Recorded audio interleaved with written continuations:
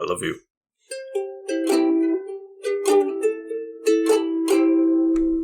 Hey, welcome back to the Couch Potatoes. I am the Green Traveler from Gorsh. And I am the faceless Leon, the stretchiest experiment on Earth. But today, I'm a dragonborn. Ooh, are you now? Yeah, I'm... I usually go elvish or half-elfish. I just jump all over the place. I'm usually the DM, to be fair. That's true. But today, I am a silver dragonborn. So, you know, I'm cool. Hell yeah. You're very cool. You're satanic. Am I? Reptile guy. Oh, yeah, I don't know that I'm satanic. I'm reading The Mists of Avalon by a questionable lady named Marianne Zimmer Bradley. But I'm reading it because Mists of Avalon is a very interesting sounding book. It's the legend of King Arthur, but from the women's perspective. Oh, okay. And that sounds very interesting to me. But yeah, they just mentioned that where I'm at, because I'm very early in the book, but they just mentioned that, you know, his name is Pendragon because his flag had the image of the dragon. That was his family brand. Right. And she was, it's very religious. It talks a lot about Christianity taking over the pagan religions at that time. And yeah, apparently the dragon was a pagan symbol or whatever. Right, sure. It's very interesting stuff. That's why I just thought satanic. Long rant aside. I wonder if that is the one... Is this from, like, Ninway's perspective? Right now it is from Arthur's mom, Igraine. Oh, okay. Interesting. But I do believe it changes narratives or narrators. Oh, does it? I think so. It hasn't so far, but I believe you haven't it gotten will. that far yet. Okay. Yeah. Well, anyways, they had that show on Netflix called Cursed that was based off of something. And it was very much about these paladins seeking out the Fae, who Ninway was a part of. And it was very interesting. Yeah, I kind of want to rewatch that now that you talked about that. I do think you would enjoy Mists of Avalon. I mean, it's Maybe just I'll Arthur. check it out. Yeah. It's very interesting. Who doesn't like that? It's big. Yeah. It is a bulky boy. Yeah. Well, maybe we'll just play Dungeons and Dragons instead. So we're here to talk That's about... That's probably what'll happen. Dungeons and Dragons. Not just the game, but the movies. Yeah, guess what? If you had forgotten when you were little babes, or almost 30 years ago anyways, I guess it was almost 25 years ago, to be fair. So, Dungeons and Dragons made a movie. It didn't do that well. Yeah, I definitely had never heard about it. I think I stumbled across it one day, like when the streaming services were new. I think it was on Amazon Prime, and I'm like, oh my god. And you had to rent it, and I was like, I can't believe this. And it was before also that I was into Dungeons and Dragons, so my perception of it was, I can't believe those nerds got a movie. Now I am those nerds. I was such a nerd already. I was already reading the books and I didn't even realize it. Somebody at school had to be like, hey, Blake, do you want to come play Dungeons and Dragons for us? And I was like, that's like super nerdy, right? And they're like, I mean, you read the books. And I was like, well, what do you mean? They're just books. And they're like, no, dude, those are Dungeons and Dragons books. And then I argued that it was less nerdy. Oh, that's fair. I argued that it was less nerdy because it's just books. And they're like, no, dude, it's totally more nerdy. Fucking reading nerd. Yeah, if you do read it, it's definitely more nerdy. I did that with Star Wars, where I was, when the movies were coming out, I was reading a lot of Star Wars books. Yeah. And I was just like, man, why am I doing this? Like, I like that kind of shit, but... Yeah. I did not play Dungeons and Dragons. I feel like I played something similar to it in high school, but I did not play Dungeons and Dragons until we were friends. Maybe Pathfinder? It might have been. Yeah. I'm not sure. I always thought it was Dungeons and Dragons, but then when I talked to those friends that I played it with, none of them were... They were all just like, no, we didn't play Dungeons and Dragons. It was something like yada yada. And I was like, oh. Huh. Could have sworn it was Dungeons and Dragons 3rd edition, but whatever. That's what this movie's about, is the 3rd edition. Oh, yeah, definitely. Yeah, this one was definitely around the time of the 3rd edition. Yeah, it's something else. It's something else. So we're doing a sequel SmackDown. Sequel Smash. Jesus. Why do we do this to ourselves? Yeah, you decided upon that because initially I was so excited that I was finally getting to drag you back to the theaters to see Honor Among Thieves, the most recent Dungeons and Dragons movie. Yes. That I think did pretty decently at the box office. Well, it deserves to because I thought it was a pretty decent movie, but we'll get there. That's true. It almost made its money back. It was made on a budget of $150 million. And it's so far earned 130.4, so it's almost done it. Maybe we can get a sequel. Maybe. That'd be interesting. Probably not. It depends. I don't think it really needs it either. It depends if the Dungeons and Dragons popularity continues to rise. That's what I wanted to say. Oh yeah. I think the Critical Role gang's doing pretty decently with their TV show. I think that's helping out both of them. Critical Role, the show, and the Legend of Vox Machina. Yeah, and soon to be the Mighty Nine. Yeah, it's gonna be good. I'm excited for that one. I really like the characters. I'm very excited for that one. I mean, that's the thing is not to make it about Critical Role, but I really enjoy the Vox Machina crew. But even though I haven't watched all of the Mighty Nine shows, I really enjoyed the Mighty Nine way more. I don't know what it was. But well, they were just cleaner to start as a production. I think that's a big part of it. That's true. Because by the time they were getting to the end I think it's just Vox Machina's run, they really knew what they were doing by the time. But I mean, it's just it's funny, though, that I've watched all of the Vox Machina, but then I got tired of watching a 5-hour segmented show like that. Yes. About halfway through the Mighty Nine. So I never even finished the Mighty Nine, but I'm like, yep, that's my crew. They are so fun. I mean, the Chaos Crew, that's what they just call 3 of them together. There's the Mighty Nine and the Chaos Crew, and the Chaos Crew is very apt for them as a whole, really. But yeah, we're not talking about Critical Role. If you want to hear us talk about Critical Role, we have 2 episodes on Vox Machina that you can check out. Yeah, soon to be 3 because us talking the 2000 Dungeons and Dragons movie. That's gonna be a pain, but I'm gonna try. I'm gonna try to blast through the synopsis real quick from what I remember, and then once I finish that, you fill in what I've forgotten because there's a lot. All right. There's a lot. I will try not to interject. We watched this. When did we watch this? A week ago, week and a half ago? Yeah, it was a while ago, and if you can't tell, this episode is late, and that is because in theater you gotta work split shifts a lot, and I had to do that. So, and we just ran out of time beforehand to make this happen within our schedule. So we're sorry it's late, but it's been several weeks since we watched these movies, I think.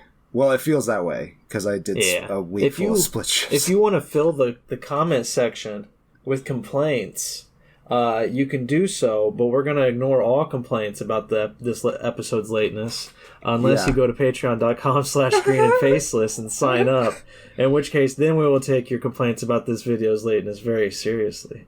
Yeah, we will. We will. I might even put my 2 weeks in and just be like, split shifts? Fuck that.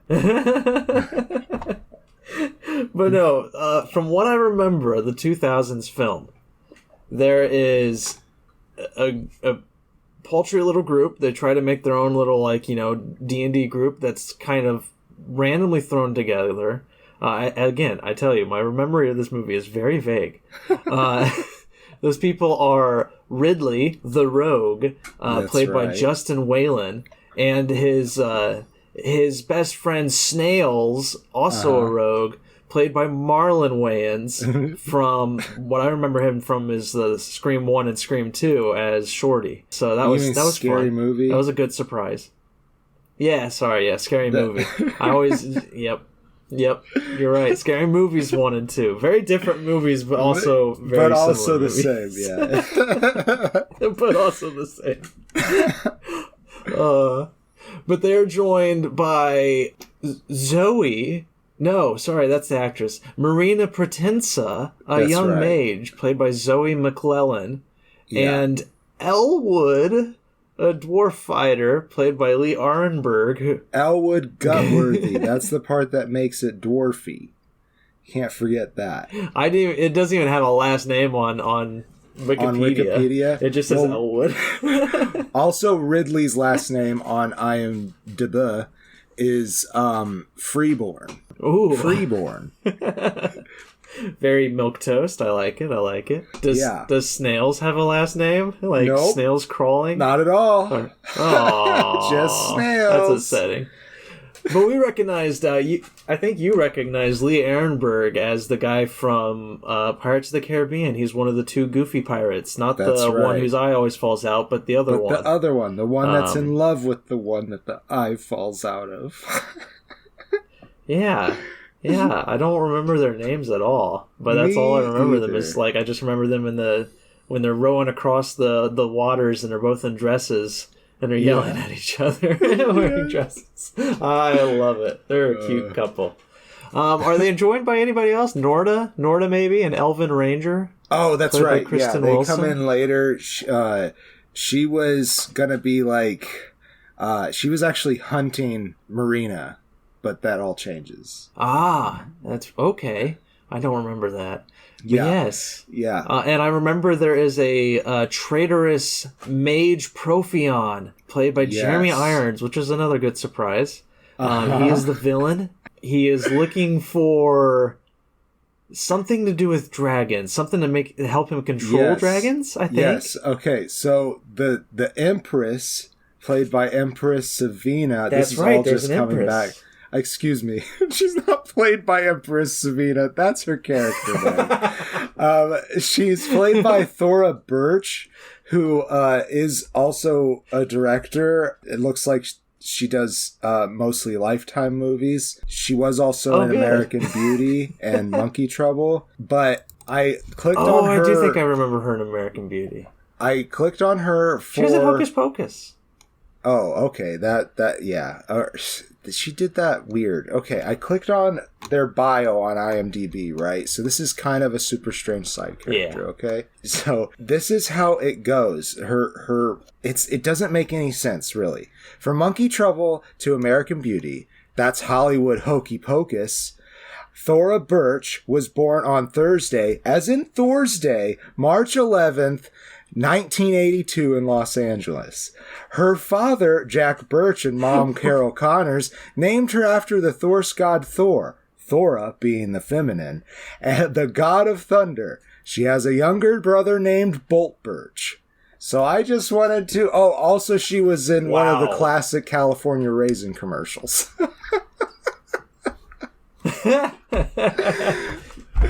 Jesus, that's a lot. Yeah, but like that's her bio on there is like as in Thor's Day. It's just so like I don't know, like everybody else's is like professional and clean. Let's read Lee's Arenberg's because I read his earlier too. He uses a lot of adjectives. I was thinking with Thora, they should just cast her as Lady Thor. Like, yeah, if Natalie Portman her whole life is surrounded by all this stuff. So yeah, I know. Just, she's probably upset that she didn't get the Chris role. Hemsworth is most likely retiring. Just there you go. So Lee Arenberg, this is his bio. Lee Arenberg has the remarkable ability to morph himself into frightening aliens, twisted psychotherapists, lascivious entertainment executives. I know I didn't say that right. And even in between. Most frequently like referred to as a character actor.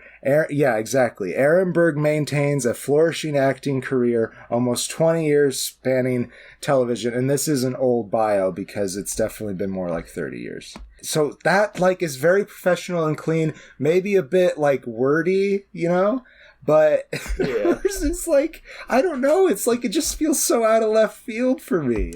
Okay, that's my super strange side character. That's all I had to say, I guess. That's our deep dive into them. I don't really have much more summary after that. I just remember that they're fighting Jeremy Irons because he's a villain and he's trying to control dragons. And I know that Snails gets killed. Spoilers, but Snails get killed. And that's when I really just stopped paying attention because that was the only character I enjoyed. You're just interested in Marlon Wayans.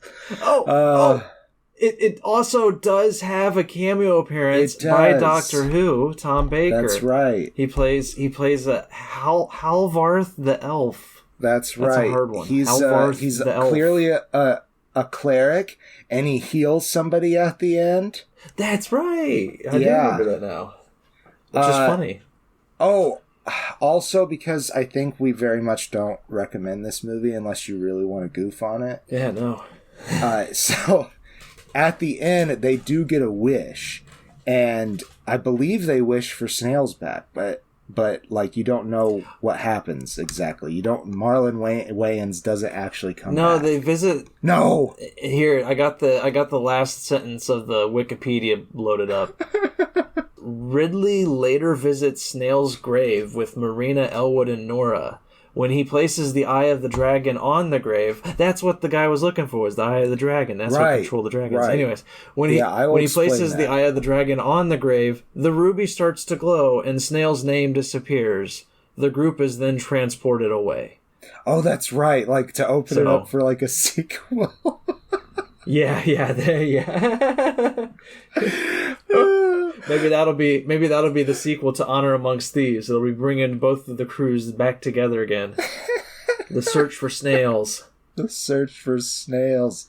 So I wonder if Justin Whalen is still acting. Yeah, I have no idea. So why you look that up? It says years active 1987 to 2009. So I guess not. He quit. Well, that's too bad, I guess. We won't get a sequel to this. So Empress Savina, she has a staff that has an eye of a dragon in it, and it's for controlling gold dragons. So gold dragons protect this government, this kingdom, and this kingdom is run by mages, and everybody else is second-class citizens. So at first, Ridley and Snails don't really like Marina, because she's a mage. Anyhow, he being Profion wants to find another Eye of the Dragon so he can control the red dragons, and he does eventually get that, and there's this big, really messy CGI dragon fight, like a little bit over halfway through the film. And yeah, it's honestly really hard to pay attention to the movie at that point. It's really painful. It really is. I'm still glad that we watched it to just it's an old versus new. That's what we decided. Maybe, I don't know. It's not. Oh, that's not right. That is right. Other, yeah. Really. No, they're not. So no, they could be. Just because they're both in the D&D if they make the third one, if they just make the Snails. Chris Pine one, exactly. Yeah. The Search for Snails. If they do that, then we've got ourselves a sequel smash here. Otherwise, you're right. It is an old v new. There is a beholder in this movie. That's true. That is true. I forgot about that. Yeah. I don't remember that much. No, it was not a very big part of the plot, which seems like a mistake if they were going to do it, you know. Right? Yeah, they should go ham on it. Yeah. Man, I forgot about that. Wow. Yeah, let's do these closing statements. I think we're closed on this. Yeah, one. I'll be nice to it. I'll give it 2 stars. It's not absolute trash. As you said, you can enjoy it. There is some fun to be had. It is competent. So it's like, I will be nice and give it 2 stars. It feels like there's a lot cut out, but at the same time, it's like, what was its budget? Its budget was probably, it's $45 million. So it's like, for 2000s, $45 million, like, I think they did a okay job. Like, they made a movie, and it's not bad. You can enjoy some of it. They got Tom Baker. I forgot, they also got Richard O'Brien. He plays, he's the butler guy in Rocky Horror Picture Show. Oh, right. That's right. He's like a thief lord that they have to run through his maze, his death maze. Yeah. And it seemed kind of easy, right. Actually. It was pretty simple maze, yeah. I forgot. I forget everything about that, but yeah, they got Tom Baker and Richard O'Brien. There was legitimately 5 acts to this movie. It was so fucking long. Yeah. Even though it was an hour and 48. It just felt so fucking long. Yeah. There's a moment where you brought out the computer and realized there was like an hour left or whatever. We're just like, oh god. Okay. Let's play Civ. Let's play something else. Jesus. Well, okay. I will say that we did forget one very valuable character to the plot, and there actually is a sequel to this movie that we forgot to mention as well. Straight to release DVD in the UK. But the Italian character, because this other guy is the Italian character is played by Bruce Payne. It's Blue Lips Damordar. Was his name really Blue Lips? No, it wasn't, but that's what you called him every single time he was on screen. I was like, oh, there's Blue Lips again. So there's Blue Lips. Oh, so I give this movie a face. Ooh. I guess it's farcical enough to be funny to watch. I mean, some of the characters that are like supposed to be like characters you care about, they don't give any reason for them to be there. They have no plot other than to be there. And this being mostly Elwood Gutworthy, that he just is there, literally. So Bruce Payne also should just be considered the main villain, because Jeremy Irons is barely in this movie. And it has to be the most buck wild performance I've ever seen from Jeremy Irons. It is crazy. He really did go for it, man. Yes. He really did. He really did. So if you're in it for Jeremy Irons, just know screaming that, like crazy. Yeah, it's just, even in the first act, he's like screaming, and nobody else is. In fact, Damordar is whispering. His right-hand person is just a whisperer. That's right. Yeah, that's right. Oh, God. So, good times. It was fun to watch. So if you want to be in a fun, goofy ride, I guess I recommend it for that. All right, let's take a soda pop break. Let's do it. I love you. Dungeons and Dragons. Oh, no. Here I was about to get lost in the porn, but then I found Dungeons and Dragons instead. If you want to stop watching porn, pick up Dungeons and Dragons today. It's like a horror scene. Mom walks in the bedroom, and her kid's just like, oh, "No, Mom, I swear it was just Dungeons and Dragons." I swear it's just Dungeons and Dragons. She looks at the screen. Or the other way. "No, Mom, I was looking at porn. I swear, please." I swear, Mom. It's just porn. It's just porn. It better not be that fucking role-playing game. I hate that shit. Socializing with your weird nerd circle. Blake, as we dive into our new here, the Chris Pine Dungeons and Dragons, directed by Jonathan Goldstein and John Francis Daly, who they did something recently. I was not expecting to really love this movie when I went into it.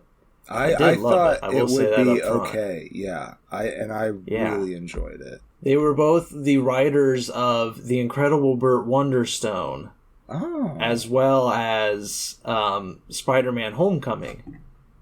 So they had good and they had bad, because it's just I don't know.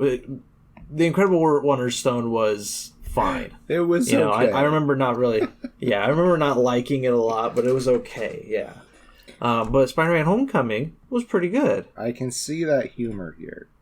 Yeah, for sure, definitely. I think the real problem with Burt Wonderstone is that you had both really big, expressive actors together. Like, they were playing the rival parts. It felt like maybe it should have worked because it's magicians, and magicians are all, big, expressive personalities. But, yeah, having Steve Carell play opposite of Jim Carrey maybe was just a bit much. Yeah. Jim really went for it, and Steve, he went for it, but he had a different level of going for it then, which is still still incredible, good. Steve Carell is a hilarious comedian. Right. But Jim, they don't juxtapose well. So that felt a little off. Yeah. But no, I really didn't expect to enjoy this movie, and I walked out really laughing and having a really good time. So before we go into it, as a huge lover of D&D, which, I love D&D. I love playing D&D. I bought the Doctor Who spin-off version when they made it. I'm waiting for the book to show up, because it's like I have a good love for D&D, but you, dear friend, have an obsessive love with D&D. It's an obsession. I will accept that. That's for sure. How did this movie treat your love of this film, of this area?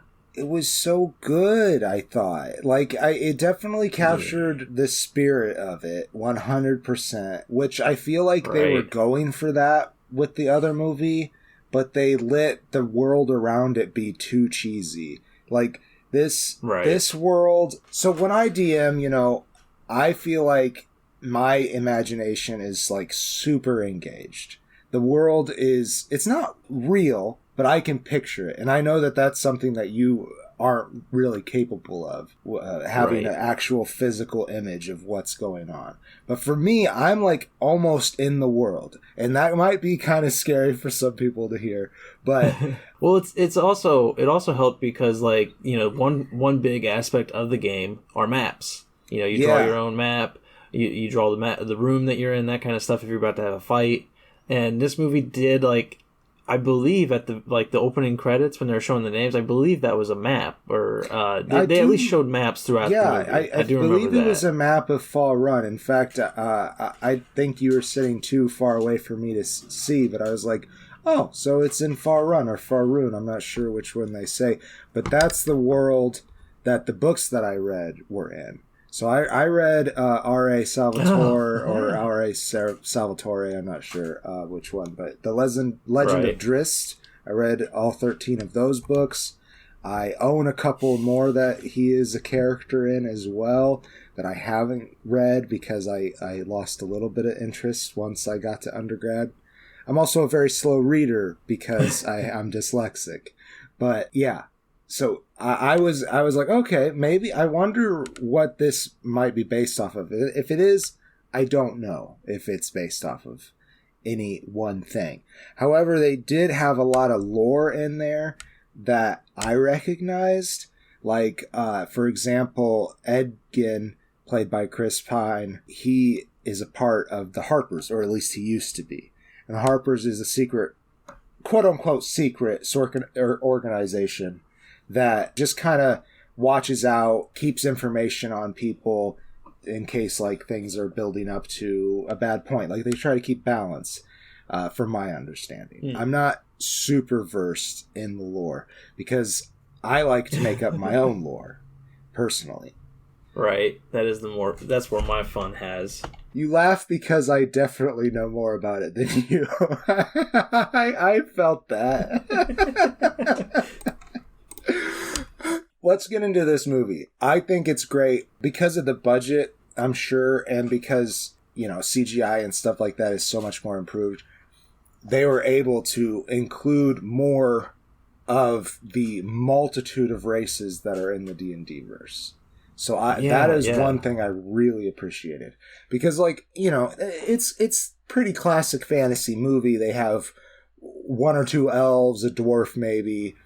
And then, of course, the Lord of the Rings, you have the hobbits. They even had a Karakorum in this one. Yeah, that's right. Orocchokra, I think, is... That's what it is, yeah. And, in fact... Well, I think...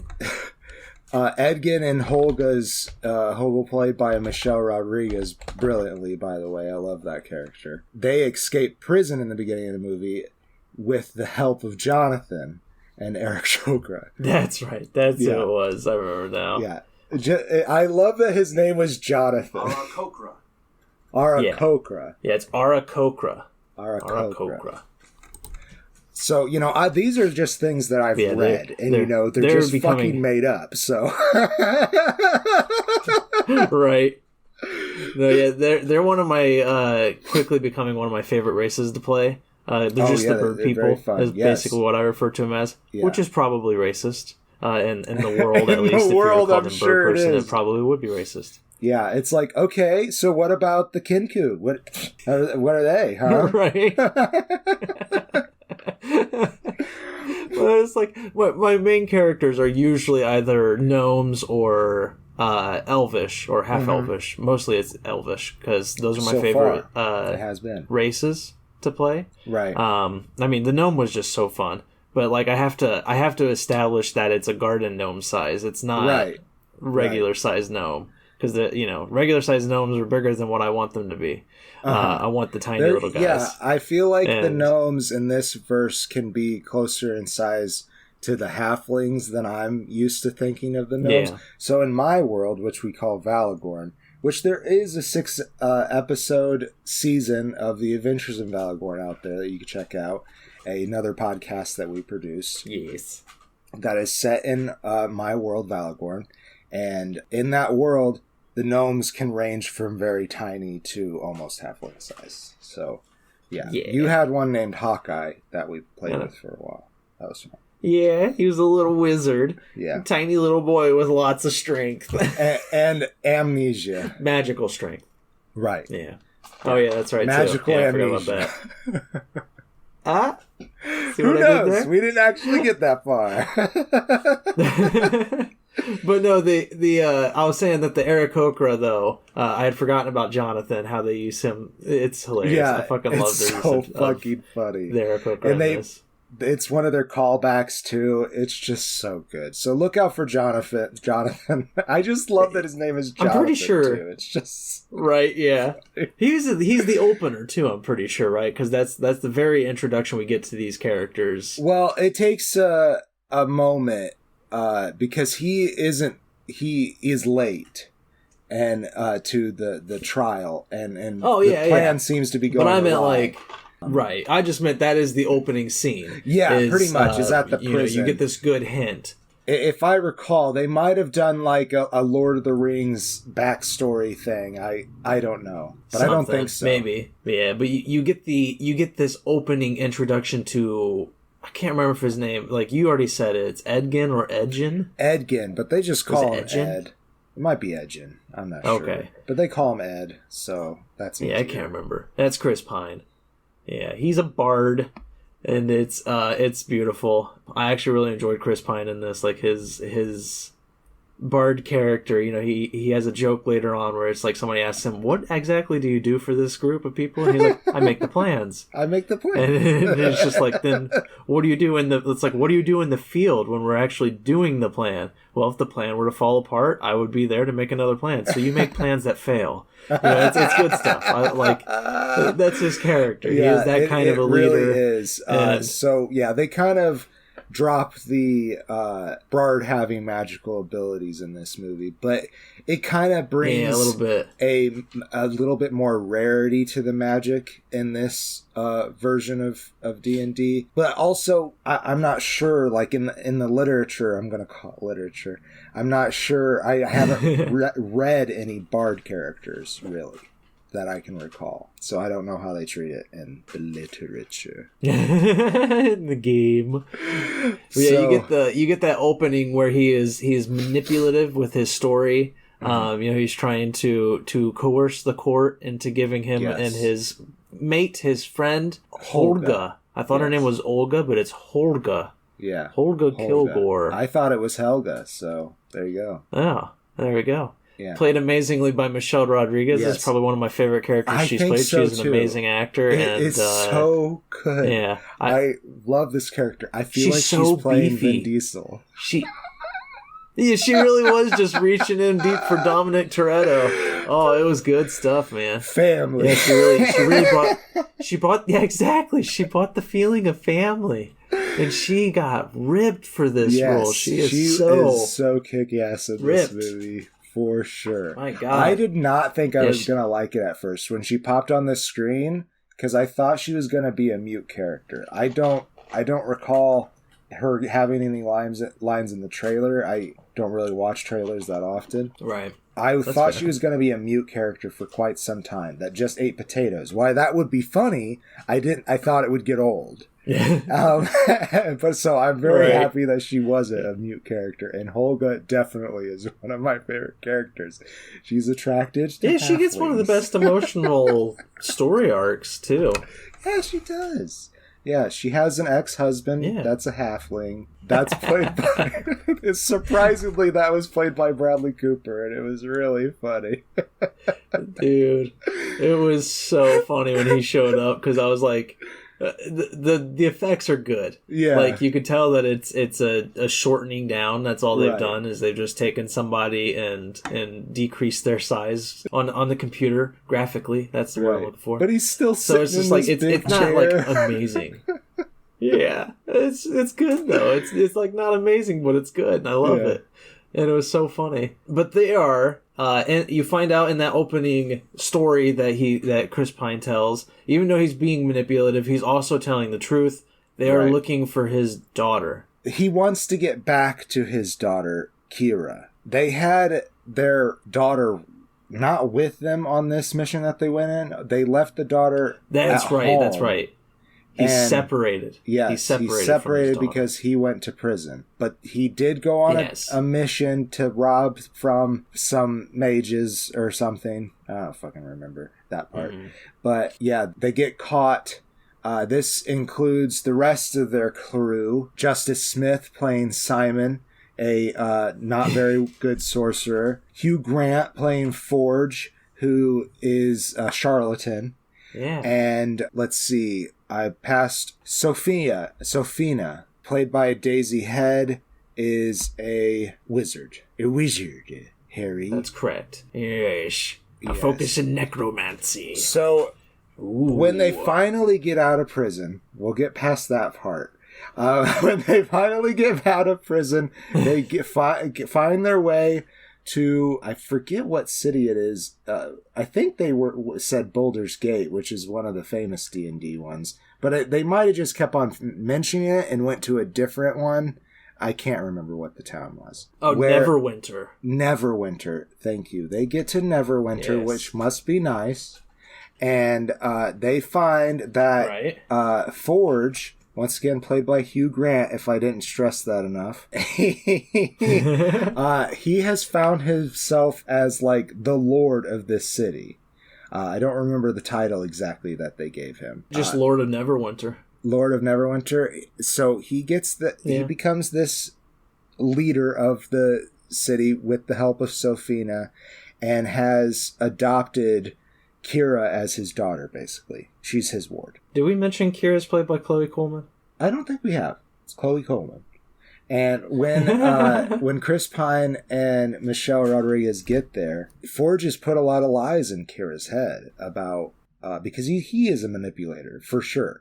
Like, you can see that both Edgin and Forge have this very good ability to lie, but Hugh Grant has absolutely no ethics about it whatsoever. And Chris Pine is just kind of lost because they fridged his wife. That is one complaint that I saw in the media. That is true. Yeah. Is that they bring in his wife's character just to kill her so that he could have motivation, and there is a lot to say against that trope. So maybe that's not so good, but I mean, it does sometime make for a good story, I think, but at the same time, maybe there's a way around it. I will say it's kind of interesting because Chloe Coleman, who plays Kira, she is Adam Driver's daughter in 65 that I watched recently. If you're a Patreon, you've heard that episode over on Bangers and Hash. But what I didn't say on Bangers and Hash is daughter, Chloe Coleman in 65, again, Adam Driver's daughter, she's pretty much just killed to give him the motivation. So, she's not... I wouldn't say that one's fridging because they do a little bit more with her character and she ties in more to the story. So, that one's not technically fringing in 65. But this one definitely is in this Dungeons one and Dragons. Definitely is. I don't even remember the wife's name, so there you go. But the reason why Edgin is willing to go on this very risky mission that he gets caught on, as we know, is because there's something there that might revive his wife. That's the MacGuffin. So it's right. 2 tropes. Yeah, it's 2 tropes in one. They fridge his wife so that they can write this MacGuffin. However, D&D is kind of built on tropes when you're playing at the table. So and MacGuffins. Yes, 100%. Everything is a MacGuffin because you want that's an easy way to make an adventure. So maybe people can see that as lazy, but however, the camaraderie and mishap writing that goes on in this is very fun and clever, I think, and really speaks to what the game is. So I'm willing to look past those tropes. Yeah, I am too. I really enjoyed it, and to help them get into the city once they discover what the goal becomes, which is getting Chris Pine's daughter back from Forge. Getting Kira, that's her name, Kira. Getting Kira back from Forge, as well as helping her realize that Forge is not a good dad, because in the times that Edgin's been gone, Forge has just been pouring lies into her ears, so that she's come to believe that he is a good father, father figure. I believe they even had the trope of, I wrote to you every day, but Hugh Grant was throwing the letters. Yeah. Yeah. Yeah, I think they did that too. Yeah. And it's just it's a story that works, and that's all it really had to be, because they're focusing on the adventure. But to help them get into the city, to foil Forge's plan, to get the resurrection thing, and to also get, his daughter free, they also bring in the help of a druid. They're a druid. They're a tiefling druid. Yes. So, and classically, all the tieflings are red. More recently, they've been but they could be different colors. They don't have to be red. They just have fiendish blood, fiendish ancestry. But in this, Sophia Lillis just has pointed ears and horns. Which I'm not upset about it. I'm not upset about it, but I was that's a tiefling in this? That's not what I thought tieflings looked like. Perhaps Sophia has an allergy to makeups, and maybe. But with how they might not just want to have done it. Really good puppet, probably with motion animation assistance. Dragonborns and the Eric Chokra, they did a really good job with the more bestial looking races. So I felt like it was kind of okay, I guess they're just gonna ignore that part. But a person with horns in this world, this D&D world, is enough to get persecuted against. And that's all it really needed. I was just shocked because when they said she was a tiefling, I was like, oh, okay. I was like, I was not expecting it. But Sophia Lillis, I do like her. Yeah, she is the It girl. That's what I always call her, Beverly Marsh in It Part 1. Right. I forgot she was in that. Redhead girl. She was also in. Don't remember what it's called exactly. I think it might be called I Don't Think I Can Handle This or something like that. I don't know. It's a teenager superpower movie. I am not okay with this. It's not a movie. It's a series. I'm not okay with this. She has some psychic abilities that she really can't control, and it's very interesting. I highly recommend that. I've never seen it. But yeah, she has a Doric, the tiefling druid that she plays, had a one date with Simon, our sorcerer, played by Justice Smith, as you mentioned already. I forgot almost. Yeah. And Simon is still kind of interested in Doric. He still wants to pursue a relationship or a friendship at the very least. And at the same time, he wants to impress her because I love how they talked about it though. He said, I failed to court her," or something like that. Yeah. When he was going to introduce Edgin to them. Oh man, so funny. Yeah, it's very lazy old timey writing. It's I'm not gonna say that the dialogue is always pristine, but it's funny. It's really well handled, especially by the actors and their chemistry together. It really did work. Mm-hmm. They really did feel like a D&D band. A group of just slapstick, ridiculous people brought together to do epic adventures. And I enjoyed Simon and Doric, Justice Smith and Sophia Lillis. Yes. I think they were a really fun pairing. Because again, he's a sorcerer. He's trying to prove not only to everybody else but also to himself that he is a good sorcerer. Yes. He comes from a line of great sorcerers, so he should be a great sorcerer. He should, yeah.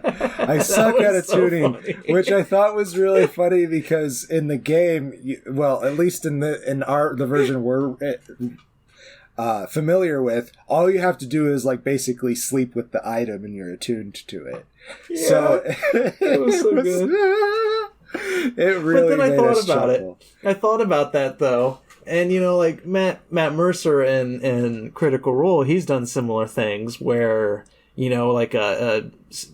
specifically from the Legend of Vox Machina with Grog and Crimson Edge, that the sword he has. It's not technically an issue with the tuning. Craven's Edge, that's right. It's not an issue with the tuning, but it's exactly. Yeah, there it does have its effects, and it's it kind of felt like they just used the wrong wording, but that's kind of how it felt to me. Was that he had this item, but he couldn't properly use it until he properly understood it. Right. It's just there was a story element to the item itself that I really liked. I was like, this is really good. It was really good. Even though it too was a trope. Yes, it definitely is. It was the second MacGuffin, maybe even the third. Each player gets their own. Yeah, which is, very D&D as well.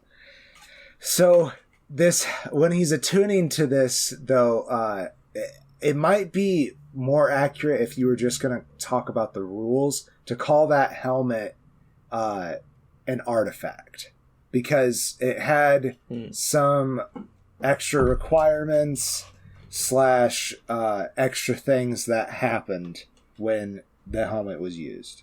So that's what I have to say. Did you hear that, Chris McKay and Michael Giglio? That's okay. They had to simplify it. They had to write it for people who didn't read the rules, okay? We're such nerds. That was another funny thing. Is it's the story came from Chris McKay, who did the Lego Batman movie. Oh, that's so it's all that humor is kind of he didn't write it, but he just had it was his story idea, I guess. So it's just that's all kind of just you see all of that humor coming together pretty freaking well in this movie. Yes. So we have to mention Xenk. I think that's how you say his name. It's Xenk. That's that's right. Yeah. Yes. Regé Jean Page. I'm not sure how to say that, his first part of his name. I don't know. It's hard. I don't know how to say it right either. You were brilliant as this paladin who had absolutely no humor. I loved him. And it was the funniest fucking thing. Yeah. Whenever he was on screen, he was just the absolute focus because he was so fucking golden. So funny. So powerful, too. Compared to the rest of the companions. Oh, yeah. Well, maybe Doric. Doric is very powerful. They give a lot of power to the wild shape. Like, she's able to shape into owlbear, which that was fun. Yes. I love the way that cool. they ignored the rules of the game to make it more fun. Which, the Legend of Vox Machina kind of does too. Right. Like, I mean, the stuff that goes on actually happened in the campaign, but like they do some pretty awesome stunts. Right. That, to make the visual fight a lot more appealing. Yeah. 100%. So it's like it's totally fair, and like I really did enjoy it. Like, I don't know what else to say about this. I guess we have to talk about the Red Wizards. Yeah, this does include they're the main plot. They really are the main villain. Like, Forge is kind of the red herring character, I guess. He is working for them for power and money. He knows that they're gonna try to, like, bring back this really bad Vecna-like character. Can't remember the character's name. Yeah, it's definitely full of tropes, if I'm gonna get into closing statements. It makes fun of itself, so it's a little meta. It's just, I love it. I don't know what to say. I really enjoyed it. It's a face-and-a-half movie, even though it's very, very silly. It knew what it was, and the cast was perfect for it. Yeah, they did everything that Jeremy Irons could have done for the other movie. That's true. That's so true. No, I agree with everything. Like, I enjoyed the acting, I enjoyed the story, even though it's full of tropes. As you said, it knew what it was. So, I mean, I'm not going to give it 4 stars because, I think it could have been better, but I don't really have notes on how it could have been better because I had a damn good time. I'm going to give it 3.5. Highly recommend it. It's currently in my top 5 still. It booted out some of the lingering bad stuff that, I haven't watched enough movies to fully make the top 5, all fun, no chum. No chum. Yeah, how about that? I did it, Dad. You did it. I made a rhyme. Not really, but that's okay, son. I did a rhyme. It's fine. It's close. So, but no, get out there and watch it. It's still in theaters. I'm sure you can watch it streaming within like 2 weeks. Times have changed. I don't know how long it's going to take to get into streaming, but it'll be there now. It feels like it was so long ago that we watched this. I doubt it. It really feels like it was so long ago. I wanted to record like basically the day after, but we were going to do 2 recordings in one day, and I just didn't have it in me. And then there was no time. Well, I think what really happened was we were going to do the 2 recordings, but then you're like, do you want to do an old v new and talk the old one as well? Well, no, because we ended up watching was that what happened? Okay, that could have been what happened. But I think it was worth it to just show what they have done with this IP. That's fair. Yeah. If you want us to watch the sequel to complete this Dungeons and Dragons, we'd have to like special order it. Yeah, you'd have to become a patron if you really want us to listen to that. You have to become a patron, and you have to suggest it for the potato pick. That's the only way we'll be watching it because it might be expensive. So that's on you. Get out there to patreon.com/greenandfaceless if you want that badly enough. Oh God. Well, I think that's been the show. We've done it twice. We're gonna get so many people to sign up. We did it. Oh boy. Yep, that's been the show. Thanks for tuning in. Always love y'all. I am the Green Traveler from Gorsh. And I am the Faceless Leon. Safe travels and good night. Green and Faceless on the Couch is a proud production of FictionWorks 19. Are you a fan of the show? Feel free to contact us at greenandfacelessfans@gmail.com or visit our Patreon page at patreon.com/greenandfaceless. Don't forget to comment, like, and subscribe, or rate us on Apple Podcasts. Thank you so much for listening.